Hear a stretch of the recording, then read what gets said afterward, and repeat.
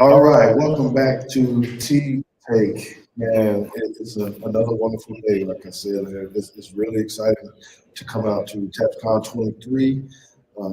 Our title sponsor out here is Government Capital Corporation. We're very thankful to have them to sponsor this out in Waco right now and allow us to come and get some professional development as coaches and things. So it's always good, if you are in our profession, it's always good to go to these things because you can see your friends, see people, learn new things, just catch up, just like what I'm doing with our very special guest here. Because I've actually had an opportunity to coach against this young gentleman. I'm happy to be able to sit next to him, we go visit the school and different things, but it's just an amazing story because we all feel like we have our own certain pieces of circumstances at our school, right? Whether it's faith-based, whether it's low income, whether it's the private of the private where you got diplomats and things of that nature. So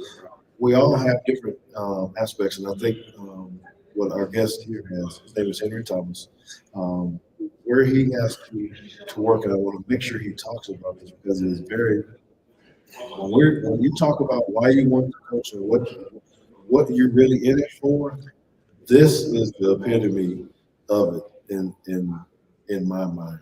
So Henry Thomas has been at Gainesville State School for 10 years. Yes, sir. That's correct. He's asked to coach multiple sports. He's basically the athletic director and everything else that comes with it. He's probably driving and all the other stuff. I think I've seen him pull up on it. I think he had to actually watch you go get some pizza somewhere as well. He's a tremendous gentleman. He's helped me and he's helped me learn a lot. I've known him for a long time. Multiple times. So I want to welcome you to the show and being out here in TAPPSCON this year. So why don't you tell us a little bit about your school right now? Because people don't really understand, what Gainesville State stands for and how you help kids. Man, it's just a blessing to be here, Coach Teague. Man, you just asked me a few minutes ago, hey, you might come to my podcast. I'm like, heck yeah, I just get a chance to talk to Coach Teague, George Teague. That's one of the honors, and just having the opportunity to sit here with you and just to coach alongside you has been great. So, but just to share with you just a little bit about Gainesville State School. It's a school like for ages 18 and under for kids who've been incarcerated, boys only. It's a boys' school. We've been there, I think it's been there probably over 40, 50 years. I think it used to be a girls' school, but now it's turned into a boys' school. And we get the opportunity to work with kids that's been involved with some pretty hard crimes, anywhere from rape to murder to any kind of, crimes they've committed. They end up right there at Gainesville State School or one of our other state schools. So we get the opportunity to work with some of those kids, all those kids, but most important, we get a chance to coach some of the kids that can get off campus and do some things with football, basketball, and track. So that's kind of the basics of our school right there. All right, yeah, that's pretty good. That's pretty good. Sorry, I was getting this comment here when I think you sold it so good and so easy that people still don't really understand the whole dynamics of it, right? And you can't if you're not in it. You can't. We have our own set of issues. You got other things, and I'm going to say this not in a negative way, okay, about it. It's just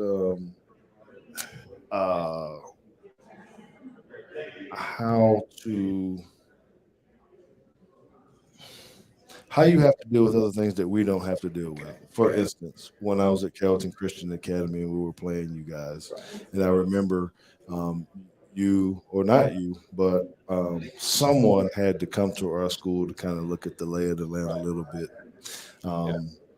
Just where's the field located? Where are we going to park? What are we going to do? How do we secure the area essentially? Right. And we never really I never ever had to think about anything like that as far as when you're dropping off kid and you're getting there, and you got all these other steps that you have to worry about Right. before you even get to go step on the football field to play. Right. And so I'm giving you like mad props, because just with the few kids that I've had that you got to deal with, maybe you got to wonder where they are, what they're saying, or what they're doing. Man, you got a whole team that you're going, okay. But they're rewarded, right? To be able They to are. play. They are. To go off campus, that's a privilege in itself. When we get off campus, we feed them pizza. A lot of times at schools that you at, Shelton, Carrollton, all those schools that you went to, y'all fed us. Y'all took care of us real good. So that made it an extra thing for those kids to be able to go off campus and do those things. So, and we stress to them, even at football practice, basketball practice, hey, you got an attitude, you got anger management. It's not going to work here at Gainesville. You're not going to be able to go off campus. There's no way possible that you're going to be able to go somewhere and curse somebody out, hit somebody. That's not going to happen at Gainesville. So those are the type of kids that we're going to take. And it gets down to sometimes it's only 5 kids for basketball. Sometimes it's only 7 or 8 for football. But we're going to take the best kids off campus, and those are the ones that we're going to focus on. So which 3 sports are you actually coaching? My goodness, right now we just got our new football coach in, so I'm doing the football now, all season program along with the recreation staff. We've got 2 more teachers that's helping us with the football right now. I'm the head basketball coach, and I can say the athletic director, and I've been doing the track for the last 3 years. So it's an adventure, but it's a great adventure because I use it as a ministry as well, Coach Teague, just to try to try to get those kids better. And it's a strange thing we talk about it, but I've got about 12 kids that were there about 10 years ago when I came, and they're doing good. I'm friends with them on Facebook. We see them with their shirts and their ties on, and those kids that we want our kids to resemble. And so I ask those kids if they come back and talk to our kids. They're like, Coach, when do I need to come? Well, what time do I need to come? So we got those kids coming in a couple of weeks to share with those kids that are here that, hey, after you get out of this place, you still can be successful. And so that's what we're trying to do. Instead of them going to Huntsville or one of the other prisons, we want them to be able to go out into the world and raise their families and be successful.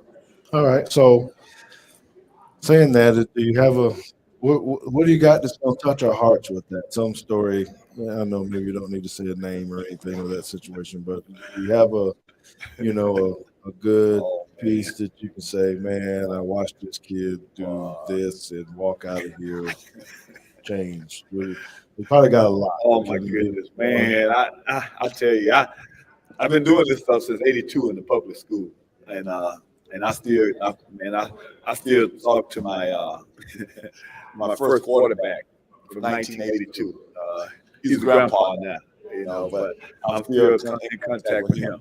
But I guess probably one of the greatest stories from Gainesville, I get a call from a kid, and I can call his name now because he's a professional truck driver. He's married, got 2 kids. So he's calling me and said, Coach Thomas. I said, yes, sir. He said, Ben Smith. I said, Ben, what are you doing, man? He says, Coach, I'm driving trucks. I'm engaged. I'm getting ready to get married. He said, but I need you to do my wedding. I'm like, wow. Oh, wow. So that was like about 4 or 5 years ago. And now he's not only driving his truck, but man, he's doing well. He's married with his family, got a beautiful daughter, and he's got another child on the way. But those are the kind of stories that just touch your heart. And then, like I say, I got a few more. Young man, Victor Vargas, all the way down in San Antonio, Texas. Okay. Came through and he like, Coach, how you doing? I said, I'm good. I'm starting my own business down here in San Antonio. Can you get a chance to share with me, and can you tell me a little bit more? And just being able to help him, I'm like, hey man, I need you to come back to Gainesville and tell these kids here kind of your story. Coach, I'll be glad to do that. So those are kind of stories that we don't hear about, but we hear about them, kids leaving, getting in trouble, making robbery, getting in trouble, shooting somebody. They'll tell about those stories, but you never hear about those successful stories. that kids have. Yes, You know, yes.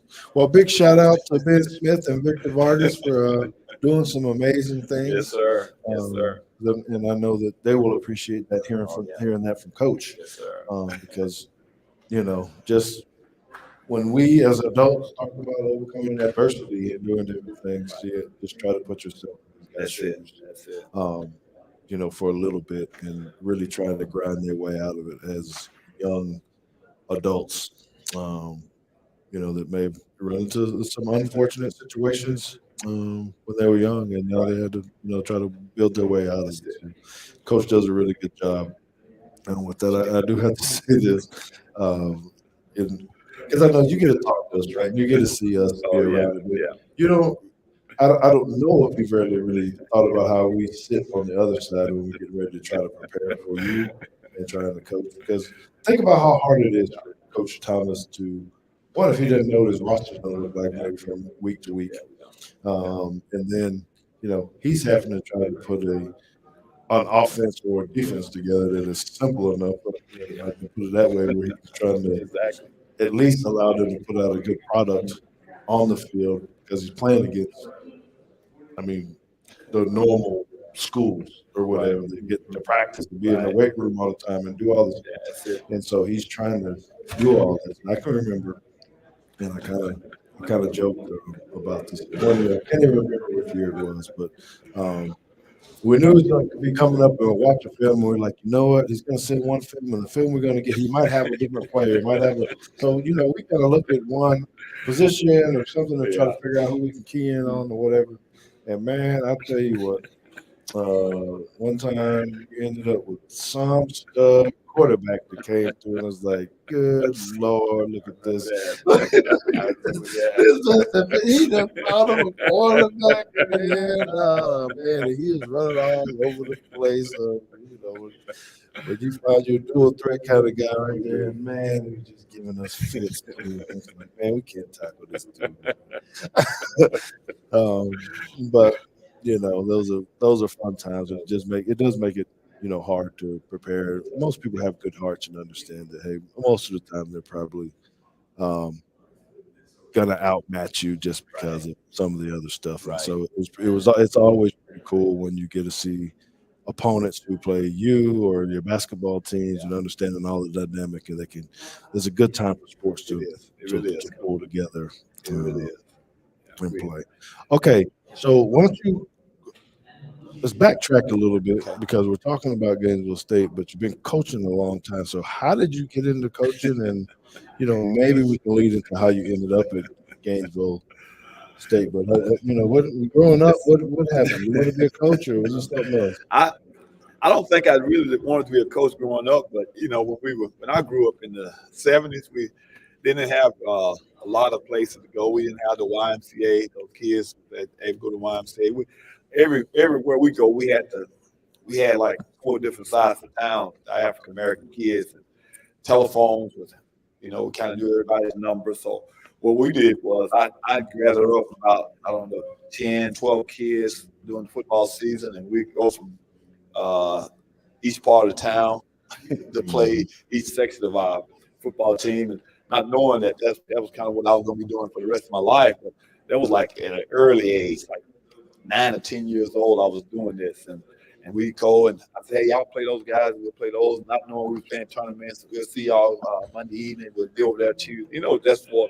And so I did that from like the time it was able to go into school, public schools, and we was able to start playing football, basketball, track, baseball, and all those things. And but like when I went to college, I went in majoring in accounting. And then, so I was doing some paperwork with accounting, and saw some kids out there. Hey, in the college, I'm like throwing footballs. I'm like, what am I doing here? That's accounting. Those guys out there playing, they throwing footballs. But I said, oh no, I said, I got to do a little change here. And right there at Arkansas State University in Jonesboro, man, I changed my major from accounting to PE and health. And so that's kind of how I started. And I ended up in Texas because I couldn't find a job in Arkansas. What school did you end up with out here in Texas first? Man, Miranda City, Texas, down by Laredo. What? Yeah. What? Can you say that again? Randall's? Miranda City. M-I-R. You said Laredo, man. That's south. Man, that's where I started at 1982. That's a big change. Yeah, oh, man, it was Arkansas. And I told you my quarterback that I still stay in contact with in 8th grade. I was coaching football, the head coach, and we went undefeated, but I still talk to him. And just you talk about the stories of the kids, but this kid is named Noe Gonzalez. And his dad passed away just here a year or two ago, and but his sister passed away about a year or two ago. And when they called me and told me she had passed, she was a senior. He was in 8th grade. With the family was just so close, and they asked me to come be there for the funeral. I'm like, heck yeah, I can be there.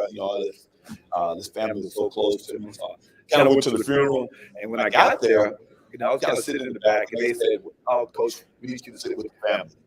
So here I am, man, from 1982 to 2022, 40 years later, that they still consider me part of that family. So I had to sit up there with them, man, for that super funeral. So that, it's just, long story short, that's what this coaching is all about. It's about relationships, man. Just you in general, you say, hey, Coach Thomas, I'm like, dang, it's Coach Teague. They know my name, it's Teague, but it's building relationships. And that's kind of what I've done from 82 to 2023, and pretty soon it's going to come to the end, but I've been doing these 40 odd years of doing this.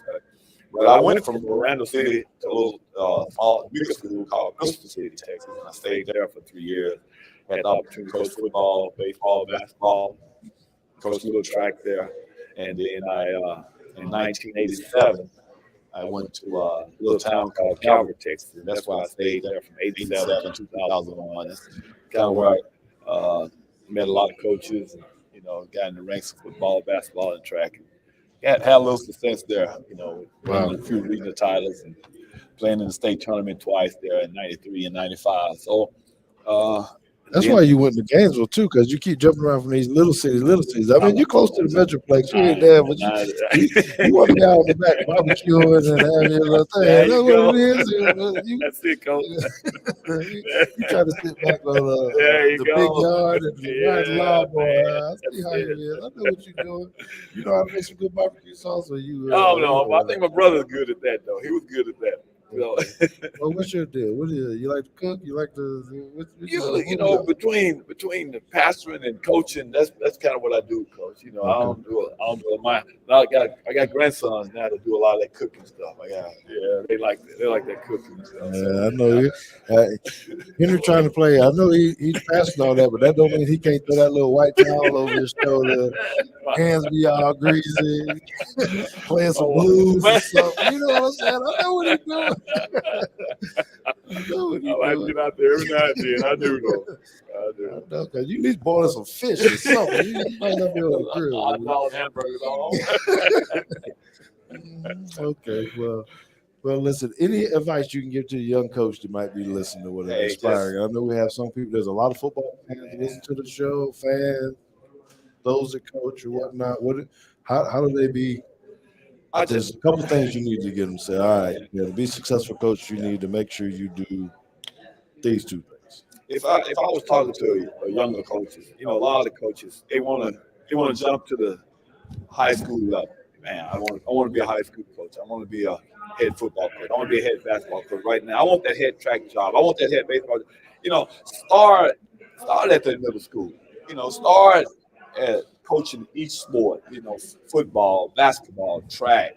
Learn how to do those things at the middle school. If you can coach at the middle school, I promise you, you'll be able to coach at high school because you'll know what the middle school coaches are going through. I've always, since I've been at the bigger school, I spent time with the middle school coaches, getting them involved with what they're doing what we were doing in high school. So if you want to be successful, start low and work your way up. And then, if anything, try to always stay humble. Don't get the big head. No matter how successful you are. It's a whole lot of coaches that, man, don't have a state championship. Whole lot of coaches that hadn't played in a playoff game. Whole lot of coaches that hadn't, even went to a state final. So be humble and just be thankful for what the position that God placed you in, and do the best you can to touch lives. Because regardless of what we do, that's what we're in it for. To change kids' lives, to make them better. And I think when I look back and see all the kids that I coach, they're doing good work. They got good fathers, they good family members. Had a young lady just the other day. I coached her at Louisville, man. Well, I was not coached the girls part, but I met her in Louisville, and she called me and said, "Coach, I'm getting married October 7th, and I need you to do my wedding." Those are things that you can't forget, man. That's When people just remember you and ask you to do something, like how can you say no? Mhm. Here she is in her 30s now, getting ready to get married. Well, I'm excited about that for her. Well, It's just that's awesome, man. That's great words because in specifically in this day and age, and I'm talking about with Dan Lee on the other pieces, right, our world is changing a little bit. People are losing sight of things, NILs, right. all the money that's coming to it, and Peace Not it makes it a little bit different Yeah, for us coaches. But I think if we keep doing what Coach Thomas is saying, keeping an eye on the prize, and that make sure we're bringing these kids up in a way where they can be successful right. citizens in our community. And that's really important because it can be easy to get caught up in wins and losses. You got to get this ring and Oh, yeah. chase this money and this next job and all that. But that's when things start to go bad in the program because you're trying to chase the next thing and really be where you are at that time and take care of those kids that you have, and the opportunities will come for you They will. when needed. So I do appreciate you for coming on. Thank you, Coach. Thanks for having And talking to me for a little while. So we're going to take a little bit of break. Probably about 30 minutes, 11:45. We're going to be back on with Brian Bunzelmeyer, who is the director of TAPPS. We want to hear about him and his future, the things that he has coming on with this amazing organization that we have. 236 schools strong across Texas that we're dealing with, and it's because of guys like you've seen. Dan Lee been on, head basketball coach at JP2, Henry Thomas doing football, basketball, track at Gainesville State School, and we'll have some others on later afterwards. So appreciate you very much. Thank you, man. Coach. Thank for Appreciate you, your man. time. And, Yes, sir. find some good lunch here in a little bit. Go We'll get do your it, man. mind on. All We'll right. definitely do it. Appreciate it. We'll All right, see you thank guys Coach. later. All right, God bless you.